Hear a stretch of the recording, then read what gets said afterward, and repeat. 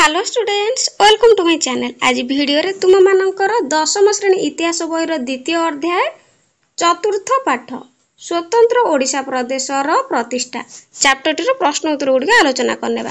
तो तुम्हें माने एठारे मने रखिबो तुम मानकर इंटरनल असेसमेंट 2 रे मध्ये चैप्टर टी क्वेश्चन पड़िबो। तो परीक्षा उपयोगी किछि क्वेश्चन मध्ये डिस्कशन करिबा। 1 नंबर प्रत्येक प्रश्नर उत्तर प्राय 60 गोटी शब्द रे लेख। क 1936 एप्रिल 1 तारिख रे ओडिशा प्रदेश गठन किपरि हैला। बहुत इंपोर्टेंट क्वेश्चन टे पॉइंट देकी सबले लेखिया पई चेष्टा करिवो। आई 1935 भारत शासन आईन ओडिशा को नूतन प्रदेश भाबरे इंग्रेज सरकार स्वीकृति प्रदान करथिले। 2 आई कटक, पुरी, बालेश्वर, संबलपुर, गंजाम और कोरापुट आदि 6टी जिला को नहीं एही नूतन प्रदेश गठित हैला। एहार राजधानी कटक ठार प्रतिष्ठित हैला। नवगठित ओडिशार आयतन थिला 32,695 वर्ग माइल और लोक संख्या थिला 8,43,681। 3 आई केंद्रीय प्रदेश रु खड़ियाल, पद्मपुर, विशाखापट्टना एजेंसी रु जयपुर जमीदारी और पटांगी मांद्राज प्रेसिडेंसी रु घुमसर, आस्का, सोरडा, कोदला और छत्रपुर अणा जाई ओडिशा प्रदेश रे मिशा जाइथिला। मेदिनपुर, फुलझर, सोमपेटा, मंजूसा आदि अनेक ओडिया भाषाभाषी अंचल ओडिशा बाहर रही गला। आईभी एही परि भाबे 1936 एप्रिल 1 तारिख रे नूतन ओडिशा प्रदेश गठन हेबा सह मधुसूदन दास और कृष्णचंद्र गजपति स्वप्न वास्तव में परिणत हैला। 2 आई ख नूतन ओडिशार उद्घाटन दिवस पालन एक विवरणी प्रदान कर। उत्तर आई रे नूतन ओडिशार उद्घाटन दिवस रेभेन्सा कॉलेज रो हॉल ले 1936 मसिया एप्रिल 1 तारिख रे एक आडंबरपूर्ण परिवेश रे अद्भुतपूर्ण भाव रे उल्लास मध्य पालन करा जायतिला। 2 आई पाटना हाईकोर्ट रो मुख्य विचारपति सार कोटने टेरेला ओडिशार प्रथम राज्यपाल भाबरे सार जॉन ऑस्टिन हबाकंकु शपथ पाठ कराइथिले। इंग्लैंड रो सम्राट और भाइसराय को शुभेच्छा वार्ता उपस्थित जनता सम्मुख रे पाठ करा जायतिला। 3 आई स्वतंत्र ओडिशा प्रदेश गठन अवसर रे महाराजा कृष्णचंद्र गजपति नारायण देव कटक रो बारवाटी दुर्ग रे एक विशाल भोजर आयोजन करी बहु मानगण्य व्यक्ति को आप्यायित करथिले। आईभी पूर्व पुरुष मानक अदृष्ट प्रेरणा रे से स्वतंत्र ओडिशा प्रदेश गठन पय उद्यम करिसेंती बोली महाराजा कृष्णचंद्र गजपति मत व्यक्त करथिले। ग निर्वाचित सरकार गठन हेबा पर्यंत नूतन ओडिशार शासन पय की पदक्षेप निया जायथिला। उत्तर आई रे निर्वाचित सरकार गठित हेबा पर्यंत नूतन ओडिशार शासन दायित्व राज्यपाल और तांको द्वारा मनोनीत 20 जन सदस्यों को नहीं गठित एक उपदेष्टा परिषद उपरे न्यस्त करा जायतिला। 2 आई एही परिषद रे कोनोसी कार्यकारी परिषद बा मंत्री पद नथिला। वस्तुतः राज्यपाल ओडिशार शासन मुख्य रहिले एवं लक्ष्मीधर महांती को उपदेष्टा परिषदर उपसभापति भाबे मनोनीत करा जायतिला। एही परिषद को प्रदेश गठन पूर्व एक प्रादेशिक विधानसभा रे ओडिशार कोनोसी अंचलर प्रतिनिधित्व करुथिबा सदस्य मानक मध्यरु 17 जन एवं 3 जन सरकारी सदस्यों को मनोनीत करा जायतिला। 3 आई पूर्वरु 1933 मसिया जून 24 तारिख रे सरकारक द्वारा जॉन ऑस्टिन हबाकंक अध्यक्षता रे ओडिशा प्रशासनिक कमिटी गठित होइतिला। एथिरे मधुसूदन दास को समेत 9 जन सभ्य थिले। आईबी एही कमिटी 1933 मसिया डिसेंबर 20 तारिख रे नूतन प्रदेश गठन संबंधी विभिन्न समस्या गुड़िकर समाधान निमंते देइथिबा गुरुत्वपूर्ण प्रस्ताव नूतन ओडिशार शासन निमंते सहायक होइथिला। एही कमिटी रे मधुसूदन दास को मूल्यवान परामर्श और सक्रिय सहयोग रहिताए।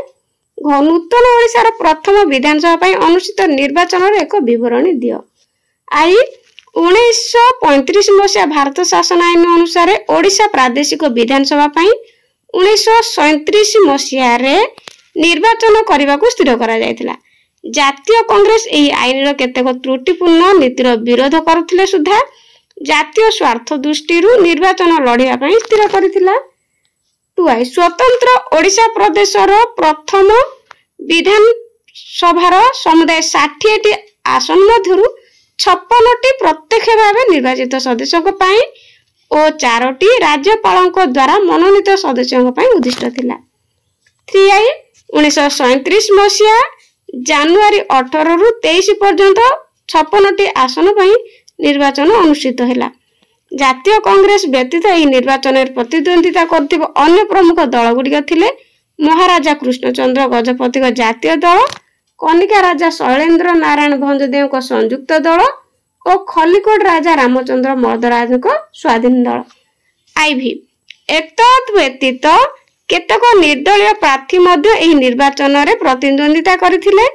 ଏହି ନିର୍ବାଚନରେ କଂଗ୍ରେସ 36ଟି ଆସନ ପାଇଥିବା ବେଳେ ଜାତୀୟ ଦଳ ଓ ସଂଯୁକ୍ତ ଦଳ ଯଥାକ୍ରମେ 4ଟି ଓ 6ଟି ଦଳ, ସ୍ୱାଧୀନ ଦଳ ଓ ନିର୍ଦ୍ଦଳୀୟ ପାଇଁ ପ୍ରାର୍ଥୀ ଅନ୍ୟ 10ଟି ଆସନରେ ବିଜୟୀ ହୋଇଥିଲେ।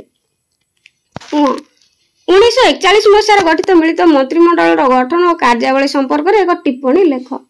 1941 ମସିହା ନଭେମ୍ବର 24 ତାରିଖରେ ଅସନ୍ତୁଷ୍ଟ କଂଗ୍ରେସ ବିଧାୟକଙ୍କ ସହାୟତାରେ ମହାରାଜା କୃଷ୍ଣଚନ୍ଦ୍ର ଗଜପତି ଏକ ମିଳିତ ମନ୍ତ୍ରିମଣ୍ଡଳ ଗଠନ କରିଥିଲେ। 2. ଏହି ମନ୍ତ୍ରିମଣ୍ଡଳରେ ପଣ୍ଡିତ ଗୋଦାବରୀଶ ମିଶ୍ର ଓ ମୌଲାବି ଅବ୍ଦୁଲ ଶୋଭନ ଖାଁ ମନ୍ତ୍ରୀ ରୂପେ ଯୋଗ ଦେଇଥିଲେ। ଏହି ମନ୍ତ୍ରିମଣ୍ଡଳ ଗଠନ ସରକାରଙ୍କୁ ଯୁଦ୍ଧ ଚଳାଇବା କାର୍ଯ୍ୟରେ ସାହାଯ୍ୟ କରିଥିଲେ ମଧ୍ୟ କଂଗ୍ରେସ ନେତାଙ୍କ ଦ୍ୱାରା ସମାଲୋଚିତ ହୋଇଥିଲା। 3. ଏହି ମନ୍ତ୍ରିମଣ୍ଡଳର କାର୍ଯ୍ୟକାଳ ମଧ୍ୟରେ ଓଡ଼ିଆମାନଙ୍କର 2ଟି ଆକାଂକ୍ଷା ଫଳବତୀ ହୋଇପାରିଥିଲା। ତାହା ହେଉଛି ଉତ୍କଳ ବିଶ୍ୱବିଦ୍ୟାଳୟ ଓ କଟକ ଭେଷଜ ମହାବିଦ୍ୟାଳୟର ପ୍ରତିଷ୍ଠା। ଆଇଭି ପ୍ରଧାନମନ୍ତ୍ରୀ ଭାବରେ ତାଙ୍କର ଅର୍ଜିତ ସମସ୍ତ ଅର୍ଥକୁ ମହାରାଜା କୃଷ୍ଣଚନ୍ଦ୍ର ଗଜପତି ଉତ୍କଳ ବିଶ୍ୱବିଦ୍ୟାଳୟକୁ ଦାନ କରିଥିଲେ। ସହଯୋଗୀମାନଙ୍କ ସହିତ ରାଜନୈତିକ ଦୃଷ୍ଟିରୁ ମତଭେଦ ହେବାରୁ 1944 ମସିହା ଜୁନ 29 ତାରିଖରେ ମହାରାଜା କୃଷ୍ଣଚନ୍ଦ୍ର ଗଜପତି ପ୍ରଧାନମନ୍ତ୍ରୀ ପଦରୁ ଇସ୍ତଫା ଦେଇଥିଲେ। 2 ନମ୍ବର ପ୍ରତ୍ୟେକ ପ୍ରଶ୍ନର ଉତ୍ତର ପ୍ରାୟ 20 ଗୋଟି ଶବ୍ଦରେ ଲେଖ। କ ନୂତନ ଓଡ଼ିଶାର ପ୍ରଥମ ବିଧାନସଭାରେ ଏକକ ସଂଖ୍ୟାଗରିଷ୍ଠତା ସତ୍ତ୍ୱେ କାହିଁକି କଂଗ୍ରେସ ମନ୍ତ୍ରିମଣ୍ଡଳ ଗଠନ ପାଇଁ ରାଜି ହୋଇନଥିଲା? ଉତ୍ତର ଆଇରେ 1935 ମସିହା ଭାରତ ଶାସନ ଆଇନରେ ରାଜ୍ୟମାନଙ୍କୁ ଦିଆଯାଇଥିବା ବିଶେଷ କ୍ଷମତା ଦ୍ୱାରା ମନ୍ତ୍ରିମଣ୍ଡଳର କ୍ଷମତା ସଂକୁଚିତ ହୋଇଯିବାର ଆଶଙ୍କା କଂଗ୍ରେସ କରୁଥିଲା। 2. ତେଣୁ ନିର୍ବାଚନ ପରେ କଂଗ୍ରେସ ଏକକ ସଂଖ୍ୟାଗରିଷ୍ଠ ଦଳ ହୋଇଥିଲେ ସୁଦ୍ଧା ମନ୍ତ୍ରିମଣ୍ଡଳ ଗଠନ କରିବାକୁ ରାଜି ହୋଇନଥିଲା।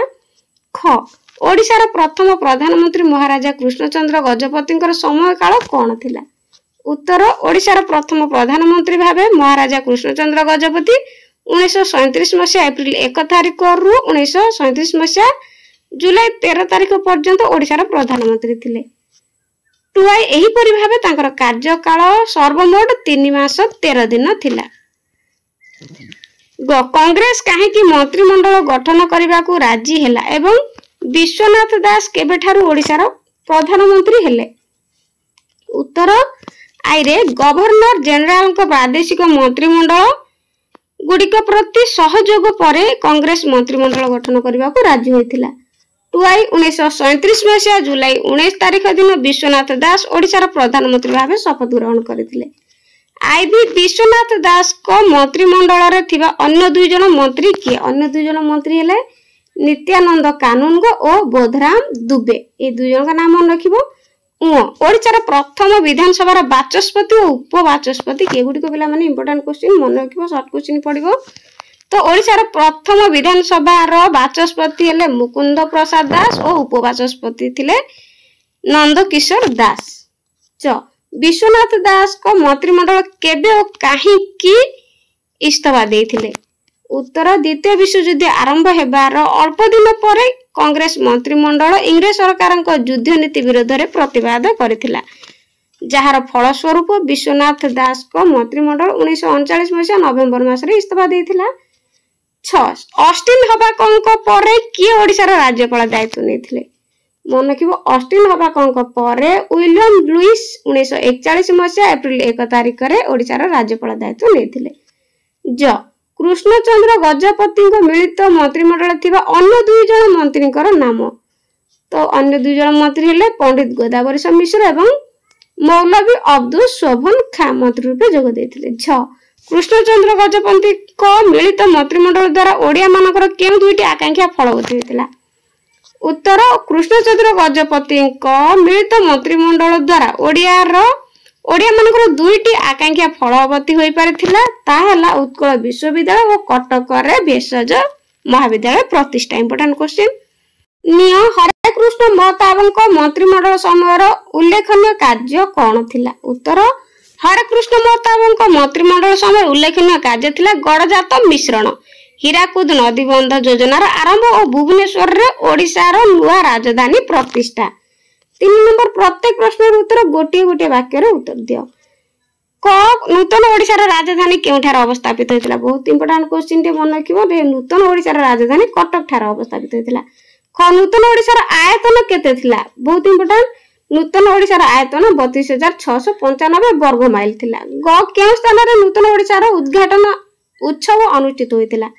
ଉତ୍ତର କଟକର ରେଭେନ୍ସା କଲେଜର ହଲରେ ନୂତନ ଓଡ଼ିଶାର ଉଦ୍ଘାଟନ ଉତ୍ସବ ଅନୁଷ୍ଠିତ ହୋଇଥିଲା। ଘ କିଏ ଓଡ଼ିଶାର ପ୍ରଥମ ରାଜ୍ୟପାଳଙ୍କୁ ଶପଥ ପାଠ କରାଇଥିଲେ? ଉତ୍ତର ପାଟନା ହାଇକୋର୍ଟର ମୁଖ୍ୟ ବିଚାରପତି ସାର୍ କୋଟନେ ଟେରେଲା ଓଡ଼ିଶାର ପ୍ରଥମ ରାଜ୍ୟପାଳ ଜନ୍ ଅଷ୍ଟିନ ହବାକଙ୍କୁ ଶପଥ ପାଠ କରାଇଥିଲେ।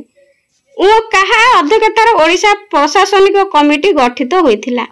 ଉତ୍ତର ସାର୍ ଜନ୍ ଅଷ୍ଟିନ ହବାକଙ୍କ ଅଧ୍ୟକ୍ଷତାରେ ଓଡ଼ିଶା ପ୍ରଶାସନିକ କମିଟି ଗଠିତ ହୋଇଥିଲା। ଚ ଓଡ଼ିଶାର ପ୍ରଥମ ବିଧାନସଭାର ସମୁଦାୟ କେତୋଟି ଆସନ ଥିଲା ଓ ସେଥିମଧ୍ୟରୁ କେତୋଟି ନିର୍ବାଚିତ ସଦସ୍ୟଙ୍କ ପାଇଁ ଉଦ୍ଦିଷ୍ଟ ଥିଲା? ଉତ୍ତର ଓଡ଼ିଶାର ପ୍ରଥମ ବିଧାନସଭାର ସମୁଦାୟ 60ଟି ଆସନ ଥିଲା। ସେଥିମଧ୍ୟରୁ 56ଟି ଆସନ ପ୍ରତ୍ୟକ୍ଷ ଭାବେ ନିର୍ବାଚିତ ସଦସ୍ୟଙ୍କ ପାଇଁ ଉଦ୍ଦିଷ୍ଟ ଥିଲା। ଛ କିଏ ସଂଯୁକ୍ତ ଦଳର ନେତୃତ୍ୱ ନେଇଥିଲେ? ଉତ୍ତର କନିକା ରାଜା ଶୈଳେନ୍ଦ୍ର ନାରାୟଣ ଭଞ୍ଜଦେବ ସଂଯୁକ୍ତ ଦଳର ନେତୃତ୍ୱ ନେଇଥିଲେ। ଜ ବିଶ୍ୱନାଥ ଦାସଙ୍କ ଇସ୍ତଫା ପରେ କେଉଁ ଆଇନ ଅନୁଯାୟୀ ରାଜ୍ୟପାଳ ଓଡ଼ିଶା ପ୍ରତ୍ୟକ୍ଷ ଶାସନ ଦାୟିତ୍ୱ ଗ୍ରହଣ କଲେ? ଉତ୍ତର ବିଶ୍ୱନାଥ ଦାସଙ୍କ ଇସ୍ତଫା ପରେ 1935 ଭାରତ ଶାସନ ଆଇନର ଧାରା 93 ଅନୁଯାୟୀ ରାଜ୍ୟପାଳ ଅଷ୍ଟିନ ହବାକ ଓଡ଼ିଶାର ପ୍ରତ୍ୟକ୍ଷ ଶାସନ ଦାୟିତ୍ୱ ଗ୍ରହଣ କରିଥିଲେ। ଝ କିଏ ଉତ୍କଳ ବିଶ୍ୱବିଦ୍ୟାଳୟକୁ ତାଙ୍କର ସମସ୍ତ ଅର୍ଜିତ ଅର୍ଥ ଦାନ କରିଥିଲେ? ମନେ ରଖିବ ପିଲାମାନେ, ମହାରାଜା କୃଷ୍ଣଚନ୍ଦ୍ର ଗଜପତି ତାଙ୍କର ସମସ୍ତ ମହାରାଜା କୃଷ୍ଣଚନ୍ଦ୍ର ଗଜପତି ନାରାୟଣ ଦେବ ପ୍ରଧାନମନ୍ତ୍ରୀ ଭାବରେ ତାଙ୍କର ଅର୍ଜିତ ସମସ୍ତ ଅର୍ଥକୁ ଉତ୍କଳ ବିଶ୍ୱବିଦ୍ୟାଳୟକୁ ଦାନ କରିଥିଲେ। ନିୟ ହରେକୃଷ୍ଣ ମହତାବ କେବେ ଓଡ଼ିଶାର ପ୍ରଧାନମନ୍ତ୍ରୀ ରୂପେ ଶପଥ ଗ୍ରହଣ କରିଥିଲେ? ଉତ୍ତର ହରେକୃଷ୍ଣ ମହତାବ 1946 ମସିହା ଏପ୍ରିଲ 23 ତାରିଖରେ ଓଡ଼ିଶାର ପ୍ରଧାନମନ୍ତ୍ରୀ ରୂପେ ଶପଥ ଗ୍ରହଣ କରିଥିଲେ। 4 ନମ୍ବର ପ୍ରତ୍ୟେକ ପ୍ରଶ୍ନରେ ଦିଆଯାଇଥିବା 4ଗୋଟି ବିକଳ୍ପ ମଧ୍ୟରୁ ଠିକ ଉତ୍ତରଟି ବାଛି ତାର କ୍ରମିକ ନମ୍ବର ସହିତ ଲେଖ। କ କେଉଁଟି ନୂତନ ଓଡ଼ିଶାର ଜିଲ୍ଲା ନଥିଲା? ସମ୍ବଲପୁର, ଗଞ୍ଜାମ, ଅନୁଗୁଳ, କୋରାପୁଟ। ଅନୁଗୁଳ ନୂତନ ଓଡ଼ିଶାର ଜିଲ୍ଲା ନଥିଲା। ଖ କିଏ ଉପଦେଷ୍ଟା ପରିଷଦର ଉପସଭାପତି ହୋଇଥିଲେ? ମଧୁସୂଦନ ଦାସ, ଲକ୍ଷ୍ମୀଧର ମହାନ୍ତି, କୃଷ୍ଣଚନ୍ଦ୍ର ଗଜପତି, ବିଶ୍ୱନାଥ ଦାସ। ଲକ୍ଷ୍ମୀଧର ମହାନ୍ତି। ଗ କୃଷ୍ଣଚନ୍ଦ୍ର ଗଜପତି କେଉଁ ଦଳର ନେତୃତ୍ୱ ନେଇଥିଲେ? ସଂଯୁକ୍ତ ଦଳ, ଜାତୀୟ ଦଳ, ଜାତୀୟ କଂଗ୍ରେସ, ସ୍ୱାଧୀନ ଦଳ। ଜାତୀୟ ଦଳର ନେତୃତ୍ୱ ନେଇଥିଲେ। ଘ କିଏ କୃଷ୍ଣଚନ୍ଦ୍ର ଗଜପତିଙ୍କ ପ୍ରଥମ ମନ୍ତ୍ରିମଣ୍ଡଳରେ ଜଣେ ମନ୍ତ୍ରୀ ଥିଲେ? ଅବଦୁଲ ଶୋଭନ ଖାଁ, ଲତିଫୁର ରେହମାନ, ଗୋଦାବରୀ ମିଶ୍ର, ନିତ୍ୟାନନ୍ଦ କାନୁନଗୋ। ଉତ୍ତର ଲତିଫୁର ରେହମାନ। କେବେ କୃଷ୍ଣଚନ୍ଦ୍ର ଗଜପତି ମିଳିତ ମନ୍ତ୍ରିମଣ୍ଡଳର ପ୍ରଧାନମନ୍ତ୍ରୀ ପଦରୁ ଇସ୍ତଫା ଦେଇଥିଲେ? 1937 ଜୁଲାଇ 13, 1937 ଜୁଲାଇ 19, 1941 ନଭେମ୍ବର 24, 1944 ଜୁନ 29। ଏହା ଠିକ ଉତ୍ତରଟି 1944 ଜୁନ 29। ତ ପିଲାମାନେ ଭିଡ଼ିଓଟି କେମିତି ଲାଗିଲା କମେଣ୍ଟରେ ନିଶ୍ଚୟ ଜଣାଇବେ। ଭଲ ଲାଗିଥିଲେ ଲାଇକ୍ କରିଦେବ। ଆଜି ପାଇଁ ରହୁଛି। ଗଡ୍ ବ୍ଲେସ୍ ୟୁ।